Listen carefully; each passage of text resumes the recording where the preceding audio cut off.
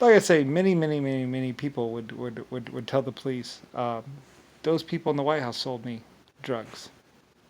Anyway, what they would do is they'd bring the drugs in on the boat, and then they would put them inside of the inside of the what's called the train, and they would truck them by train into either the White House or the Washington D.C. or one of the side things, and then they would give them out to the people, to go sell. And basically, and then they would even call in tips and say like, oh yeah, go arrest what's his name, yeah, we sold him some drugs, and everybody was like, yeah, well, it was the White House, they gave us the drugs from the boat. Like, what boat? And all this and that, and anyway, like I said, that's what Nixon and JFK and all of them were doing. They were bringing the drugs in on the boat to the thing, and then they would take them for the boat into the one building, and then they would truck them by mine shaft underneath the White House and past the D.C. building and over to a little spot, and they'd pop them up, and then they would sell them to the local gangs, and then they would have the local gangs arrested when they wanted. And reporters would say, well, and then Nixon would go, there are no there are no tunnels underneath the White House. There's nothing there. Blah, blah, or something like that. And then people will start noticing, well, he's saying that there's no, and they even cut the hole in the floor one time of the White House, and you could see, and everyone could see the big, huge dirt under. I mean, there's a big gap under there. So they put a bucket of dirt up in there, but they used topsoil from the garden, and said, look, see, there's just dirt underneath the White House. But the White House basement is some 100 or some 80 feet in the floor because there used to be a big cannon that would go down in there. There's a great big cannon that went out the one side and went all the way down in there. And there's a big loading mechanism and stuff like that. I used it for cannon work and stuff like that. So there's a big cannon that would pivot right there. And we took the cannon out, of course. But basically, and there's a giant mine shaft underneath there. There's a big room under there. So anyway, so it's so deep in the ground, it's basically on the bedrock, or at least it should be. But it's not because there's a big room underneath there. So they took some topsoil because when they cut the hole in the floor, they found the room. So then they took the topsoil, put it up in there, and said, "Oh, look, see, it's just dirt underneath here." It's like, but people knew, well, that's the wrong kind of dirt. That would be under there. So on TV, on live TV, basically they showed themselves for who they were, liars. So everyone knew that they were lying about what was underneath the White House, but they didn't know what was down there. So anyway, and they didn't know what they were using it for. So anyway, yeah, this came out in like 1950, 1970. Something where Richard Nixon, JFK was shown to be complete and total liars. Anyway, there might be hypergenic, what's called chambers down there for all we know. Anyway, though, but it's a giant mine and bunker and all kinds of stuff down there. They couldn't find the secret entrance or something like that the Germans had built in there. Like I said, the Germans and Chinese were expert hidden room builders. They would build a wall, and you would not even notice that the whole wall would move out and go. And there was a big room inside there because they were moving huge slabs. Like they had whole trains that would disappear into mine shafts or tunnels because the wall would move up and or down and out of the way or something like that. They had this one little section where the wall would move and the train tracks would extend. The train could drive out. You just put a little diversion channel or whatever. I think maybe it laid out over. Anyway, we had all these little secret things. Yeah, I had a couple of secret bunkers or whatever. Originally they were mine shafts where they were pulling ore out of there. So then once the mine closed down, we just cemented over it, and then later on they turned it into a bunker. So yeah, whatever. They would run they ran World War I, World War II out of one of these bunkers. So living on the little snacks, calling in radio airstrikes. Richard Nixon or somebody, I don't know.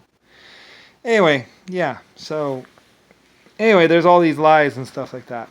So and if you looked at the old mine shafts and the old mining tunnels, you'd see them that there used to be there was areas where and if you did, and later on when they did electromagnet what's called, because you can use there's a way you can use radiation, I think, to see what's behind a wall or something. I forget. It bounced back radiation or something like that. You can actually use a spike or whatever, and you can tell if there's something solid back there or not. Because the way it reflects, it's just like what they use for testing ground or whatever to see if it's hard or not. But basically, if you can also use one of these things to see what's behind a wall, like the ground penetrating radar kind of, but it actually uses radiation. So anyway, because it bounces, because reactive particles bounce back. So anyway, so you can get an image of what's behind there. So they found a lot of these things. Anyway, somewhere around 1970, 1980, 1990, somewhere around there, they started going and looking. I mean, the Germans knew where they all were. So anyway, and then somehow JFK had gone to the White House, or I mean, not the White House, I mean the Pentagon, and gotten all this information on where all these places were, and then they'd kind of started inhabiting them or something like that. Anyway, yeah. I mean, he spent lifetimes like spunking around, looking at the old records and old photographs and stuff. I mean, all my building projects had all kinds of photographs and everything. They probably broke the glass plates, but you could see every step of every build. So whole films of how everything was built, the whole world. So we documented everything. So anyway, so they would watch them and they would come up with their own little plans and stuff, and basically being psychotic for years. So anyway, like I said, that's how the Washington, D.C. and JFK and Nixon and all of them there were basically terrorists forever. Everybody was like, what? Where are they getting these guns? Like, well, look inside the Pentagon and stuff. I mean, all the records are there. All the films were there. So anyway, yeah. So that's basically a breakdown of pretty much what was going on. What JFK and Richard Nixon and all of them were doing all this time. So anyway, yeah, they were the only psychotic group out there, pretty much. Trying to just come up on Lucifer Starr's legacy. Me. Anyway, and basically then eventually trying to kill me. So anyway, because they were basically thieves and liars and people killing other people and basically raping women and doing drugs and selling drugs and basically laughing at the public, black people and everyone else as they locked them up. And they're like, but they sold them the drugs. And basically, no. Who sold you the drugs? Anyway, that's why they couldn't prove anything, because basically Richard Nixon or JFK or one of the presidents that was actually selling the drugs to Washington, D.C. and everywhere else. So anyway, a lot of people are like, yeah, right. Anyway, but I mean, so anyway, whatever. They're basically subverted the us.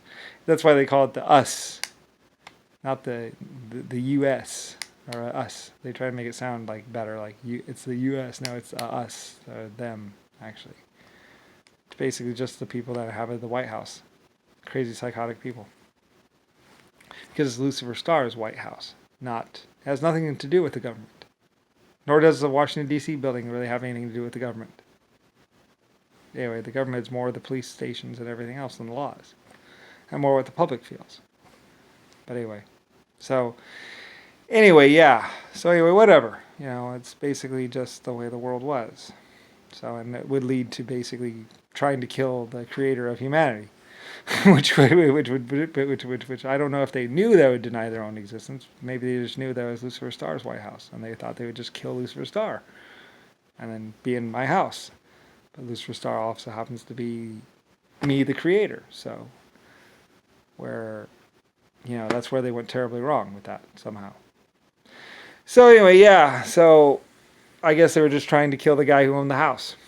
So anyway, whatever. But maybe they didn't realize that Lucifer Starr was the creator of the White House. So anyway, but yeah, that's what was going on. So yeah, and I'm like, whatever. They're crazy.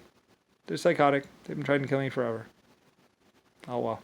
And basically it led to trying to kill me throughout time and space, which basically pretty much because they didn't know about Brian right away. So so they were trying to kill me on other planets or find out where I was. So anyway, because there's my house, there's my records, but where's Lucifer Starr? No known name and record registry of a Lucifer Starr. So anyway, they hunted around and around and around and tried to kill Germany, assuming that I was there or something. Anyway, they basically just a bunch of assumptions led to a whole bunch of death. They were just trying to kill one man, the man who owned that White House. Funny, right? I don't know what to tell you. Yeah, because I was supposed to live in the White House. So, anyway, yeah. Unlike every other place. And that's basically why America, or the us, was so psychotically wrong. Because JFK, Jimmy Carter, all of them knew that they weren't. And that they knew whose house it was that they were sleeping in. So anyway, yeah.